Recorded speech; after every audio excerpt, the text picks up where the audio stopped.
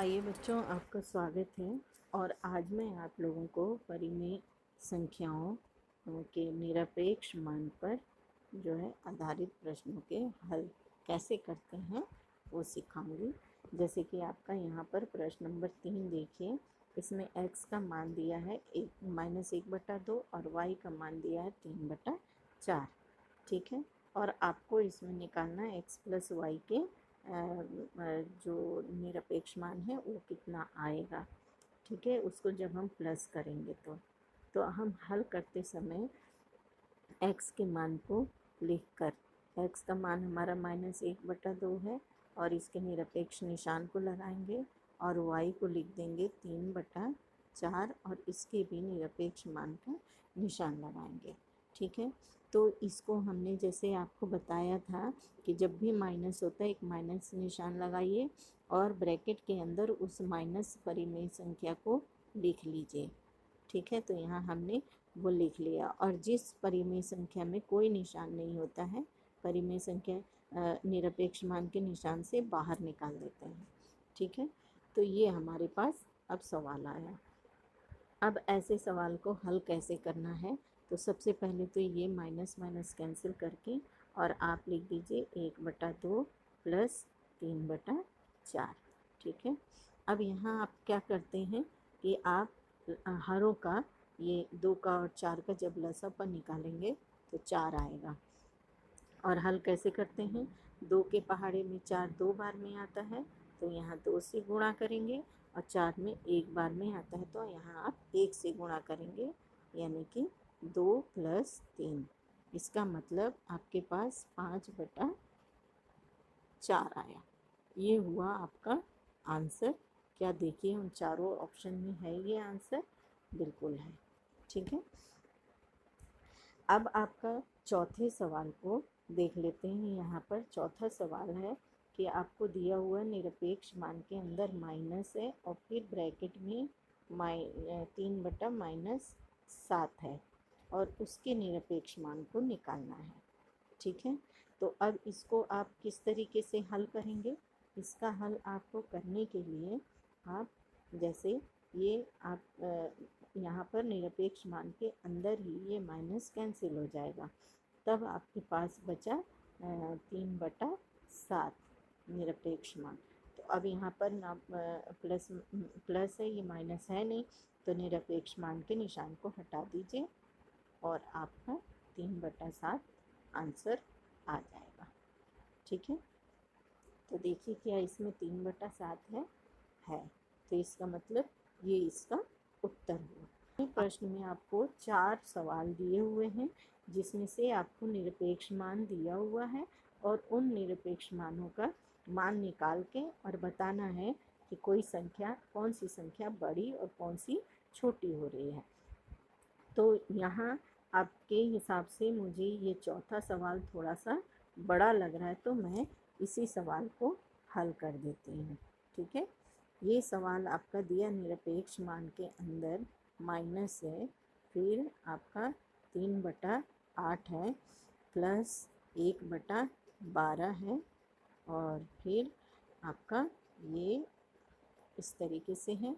फिर आपका निरपेक्ष मान दिया है, फिर 1/2 वो भी माइनस के साथ है बच्चों, मैं ऊपर माइनस लगा देती हूँ, प्लस यहाँ हो गया 3/4 और यहाँ है 1/8। ठीक है, और ये निरपेक्ष मान में है। ठीक है, अब इसको आप हल कैसे करेंगे? तो हल करने में आपको वही तरीका अपनाना है। यहाँ भी आपका ये निरपेक्ष मान बंद है। ठीक है, तो हल करने के समय वही तरीका अपनाना है कि एक तरफ के निरपेक्ष मान का आपको अलग हल करना है और दूसरी तरफ के अलग करना है। तो यहाँ हर आपका 8 है और यहाँ 12 है। क्योंकि हर एक जैसे नहीं है तो आप क्या करिए कि हर का, दोनों के हर का आप लसापा निकाल लीजिए। अब यहाँ मान लीजिए 4 से करते हैं तो 4 दूनी 8 और 4 तियाँ 12। इसका मतलब 4 × 2 × 3 निकलेगा। तो 4 दूनी 8, 8 तियाँ आपका कितना निकला? 24। तो यहाँ आप बड़ी लाइन खींच के यहाँ 24 लिख लीजिए। और यहाँ जब 8 के पहाड़े में आप चेक करेंगे तो 3 बार में 24 आएगा, तो आप यहाँ पर 3 लिख दीजिए, ठीक है। और 12 के पहाड़े में 2 बार में आएगा, तो यहाँ आप 2 लिख दीजिए। तो यहाँ कितना हो गया आपका -9 प्लस 1 दूनी 2, ये निरपेक्ष मान में बंद हो गया। फिर आपका ये निशान है, ठीक है। अब आप दूसरे निरपेक्ष मान को लिखना शुरू करिए। तो यहाँ भी आप देखिए इनके लसापा निकाल लीजिए। आपके दूसरे सवाल का लसापा हो रहा है 2, 4 और 8, ठीक है। इसका जब आप निकाल रहे हैं तो इसका 2 से निकल रहा है 1 बार, 2 बार, 2 चौक 8, फिर 2 से निकल रहा है 1, 1 और 2 दूनी 4।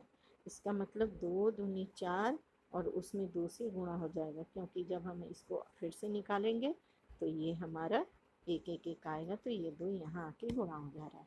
तो इसका आया 8, ठीक है।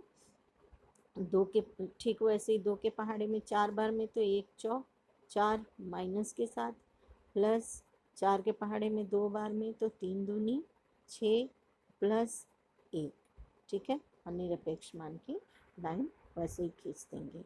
अब आपके पास में क्या हो रहा है कि ये आपका बच रहा है 24 और ऊपर घटाव का निशान है, तो 9 में से 2 गए 7 बचा, निरपेक्ष मान ऐसे ही रहेगा, ठीक है। यहाँ आपका बड़ा छोटा का निशान लगना है।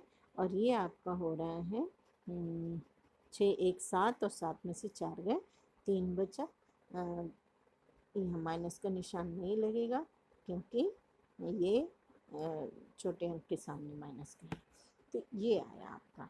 अब आपको एक बार और वही काम करना है कि ये माइनस का है, तो -7 बटा 24 ब्रैकेट में कर लीजिए और आपका फिर से वही निशान लगा दीजिए और ये खुल जाता है आपका 3 बटा 8।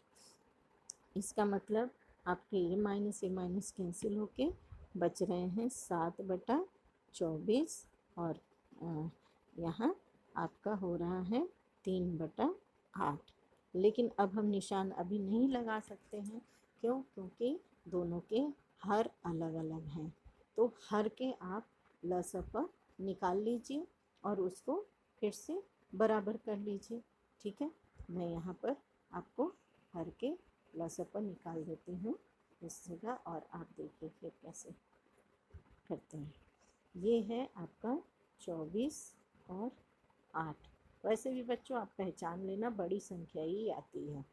तो 8 से करिए, 8 तियाँ 24, 8 एकम यानी कि यहाँ 8 तियाँ 24, आपका फिर से कितना आ गया 24। इसको ये तो 24 ही है, इसको 24 करना है तो इसमें आपका 3 से नीचे भी गुणा हो जाएगा और 3 से ऊपर भी। तो इसका मतलब आपके पास कौन सी संख्या बची अब आया आपका 7 बटा 24 और ये आया है 9 बटा 24। तो कौन सी संख्या बड़ी हुई आपकी? ये वाली बड़ी हुई, ठीक है। तो इसके अंदर आप बड़ी का निशान ऐसे लगा देंगे। इसी तरीके से आप बाकी सवालों को भी हल कीजिएगा। अब हमने आपको 7वें सवाल को समझा दिया।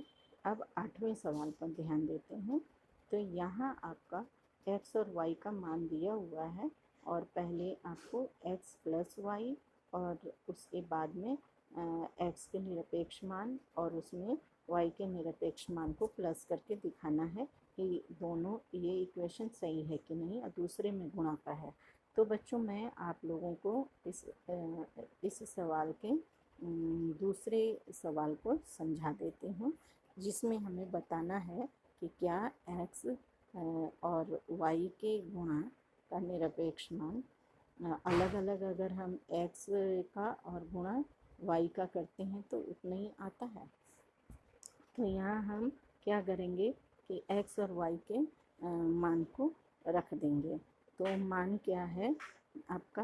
पहला है 5 बटा 9,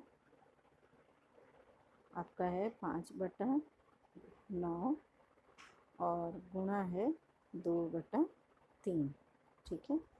और इसका देखना है कि क्या 5/9 और इसके मान निकालने के बाद में इनका गुणा उतना ही आ रहा है। तो देखिए आप क्या करिए, इसमें कोई संख्या कट नहीं रही है, तो 5 दूनी 10 और 9 तियां 27, ठीक है। इसका आपका इतना आया। अब अगले में देखते हैं कि क्या इतना ही आता है इसका, ठीक है। तो इसमें हमारा खुला तो ये आया इतना गुणा और ये खुल के आया इतना। इसका मतलब ये भी हो गया 10/27 और ये भी 10/27। तो इसका मतलब कि ये जो दिया हुआ इक्वेशन ये सही है, ठीक है। आपका ये सही निकला। आप खुद इसको जांच कीजिए पहले वाले को कि सही है या नहीं। तो हम इसको कहेंगे सही है, ठीक है। ये आपका आंसर हो गया। दूसरा सवाल भी आपका लगभग उसी तरीके से है, बस इसमें आपको देखना है कि बराबर या छोटा निकल रहा है, ठीक है। तो ये सवाल मैं फ़ोटो भेज दूँगी और आप लोग कर लीजिएगा। Okay, thank you.